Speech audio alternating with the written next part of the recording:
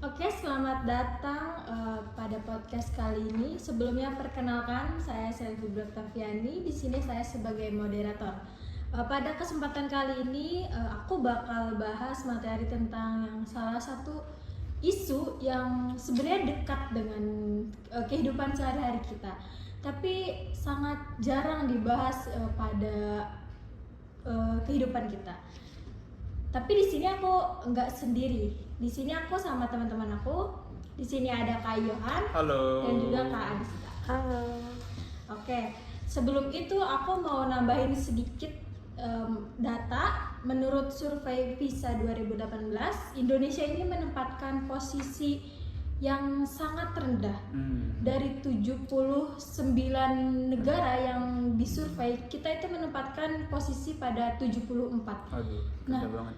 ya menurut Kak Yohan, sebenarnya kenapa sih sistem pendidikan di Indonesia ini sering berubah-ubah, dan tapi kenapa ya kualitasnya tuh masih sangat belum terasa yang cukup signifikan gitu Kak?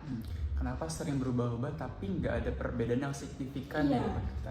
Nah, kalau misalnya kita ngeliat tadi dari data PISA, itu yang mana kalau kita berada di peringkat ke-74 dari 79 negara, sebenarnya agak miris ya, karena sebenarnya kan pendidikan kita ini sering banget mengalami perubahan ya. Dalam artian kita ini kurikulumnya ini sering sekali mengalami sebuah perubahan, revisi, dan lain sebagainya gitu.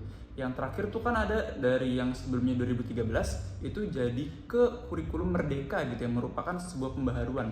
Tapi sampai sekarang kita juga masih nggak ngerasa dampaknya yang benar-benar signifikan diikuti dengan data tadi itu ya. Nah, menurutku sih seharusnya ya pendidikan itu kan progresif ya.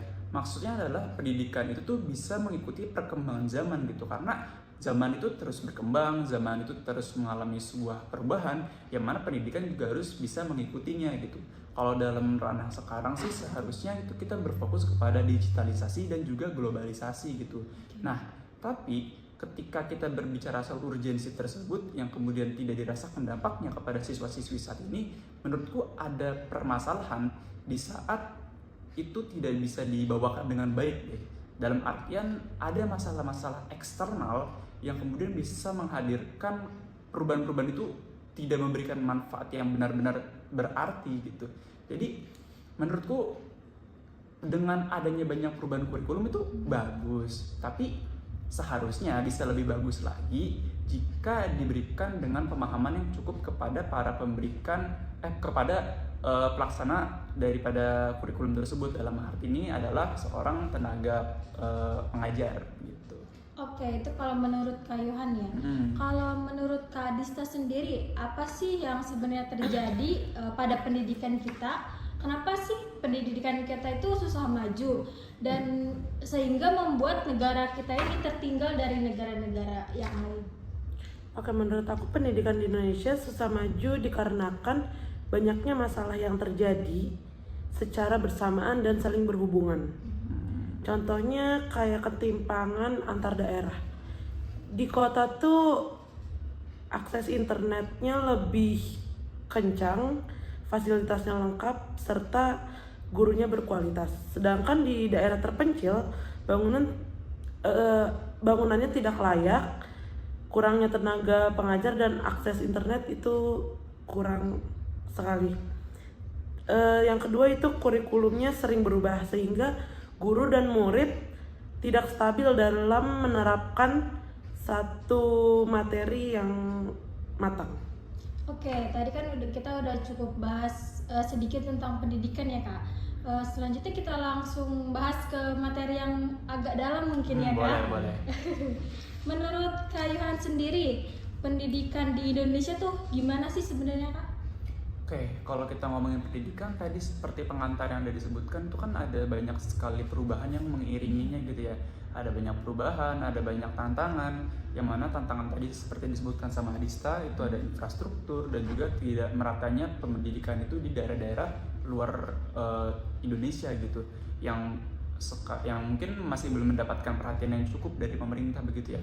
Nah, kalau kita ngomongin kondisi sekarang sih sebetulnya ya pemerintah tuh udah ngelakuin banyak upaya untuk membenarkan hal tersebut dengan cara memberikan kurikulum baru. Itu sebenarnya salah satu upaya yang oke menurutku, tapi Menurutku kurangnya adalah ketika pemerintah tuh tidak bisa melihat dari sisi luar di luar-luar Jawa itu atau luar-luar pulau-pulau besar sih menurutku.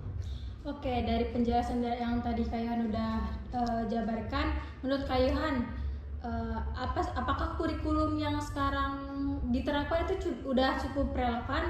Dan kalau melihat dari sejarahnya, apa pola kesalahan yang terus berulang di setiap perubahan kebijakan pendidikan kita, Kak? Oke, kalau kita ngomongin kurikulum yang saat ini apakah udah relevan, dan kalau kita ngomongin pola kesalahan tuh apa aja sih yang sekiranya itu selalu dilakukan oleh pemerintah ya? Mungkin aku mulai dulu dari apakah kurikulum yang saat ini tuh telah relevan atau belum ya?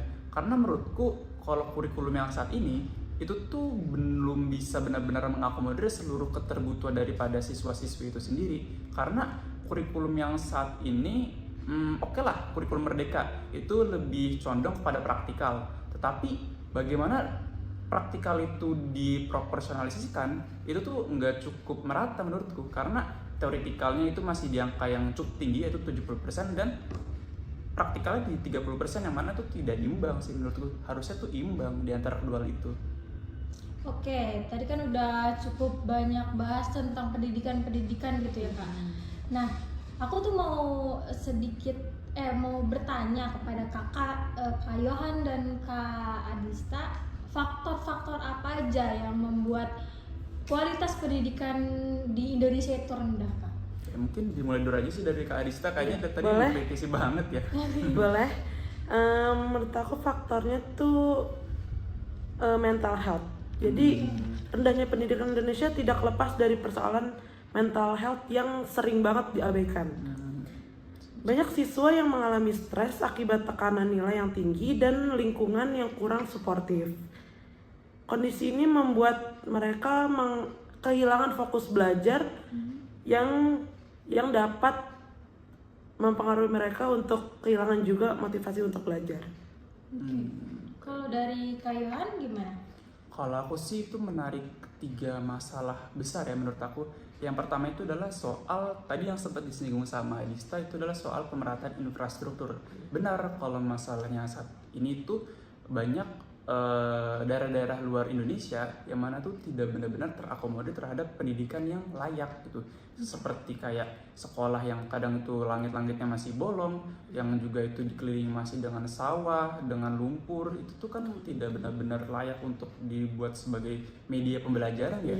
Itu secara struktural tuh menurutku juga masih mengakar sekali gitu, dan pemerintah tuh masih nggak berbenah gitu. Dari kita ngomongin pola yang sama itu ya, pemerintah tuh bukan jarang ya, menurutku kurang bisa objektif lah dalam melihat seharusnya pendidikan tuh bisa merata di seluruh wilayah Indonesia, mau itu di Papua, mau itu di wilayah timur, mau itu di wilayah Sumatera, itu seharusnya tuh semuanya rata gitu kualitasnya. Tapi kita masih belum bisa merasakan hal itu di saat ini ya. Itu yang pertama, soal infrastruktur. Yang kemudian yang kedua itu adalah soal tenaga pengajar sih menurutku.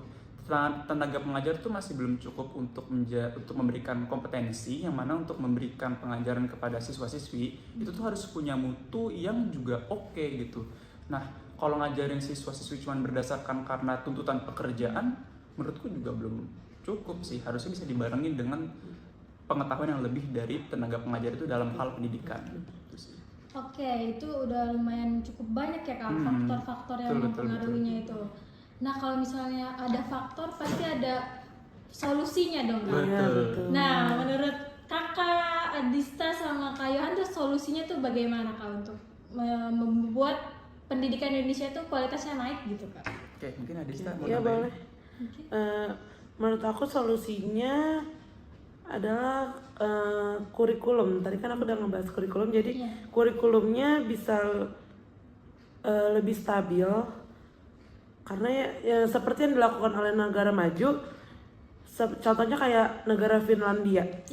Dia tuh kurikulumnya sederhana, tidak sering berubah, tapi dia menekankan kreativitas. Tidak seperti di Indonesia, karena sering banget mengganti kurikulum dan setiap pergantian kebijakan. Dan kalau negara maju fokus pada satu kurikulum aja. Oke, kalau menurut kalian gimana Kak? Kalau tadi sih aku kan sempat singgung soal tenaga pengajar yang inkompeten ya gitu ya. Iya. Nah menurutku kenapa tenaga pengajar itu gak benar-benar niat gitu ya kayak dalam memberikan pelajaran kepada siswa-siswi itu tuh karena ya dia tuh nggak sejahtera juga, jadi dia tuh juga ngerasa kayak oh aku nih punya beban tersendiri, aku memiliki upah yang tidak layak gitu, aku tidak memiliki jaminan yang tidak benar-benar cukup begitu, sehingga ya udah aku asal aja kerjanya gitu.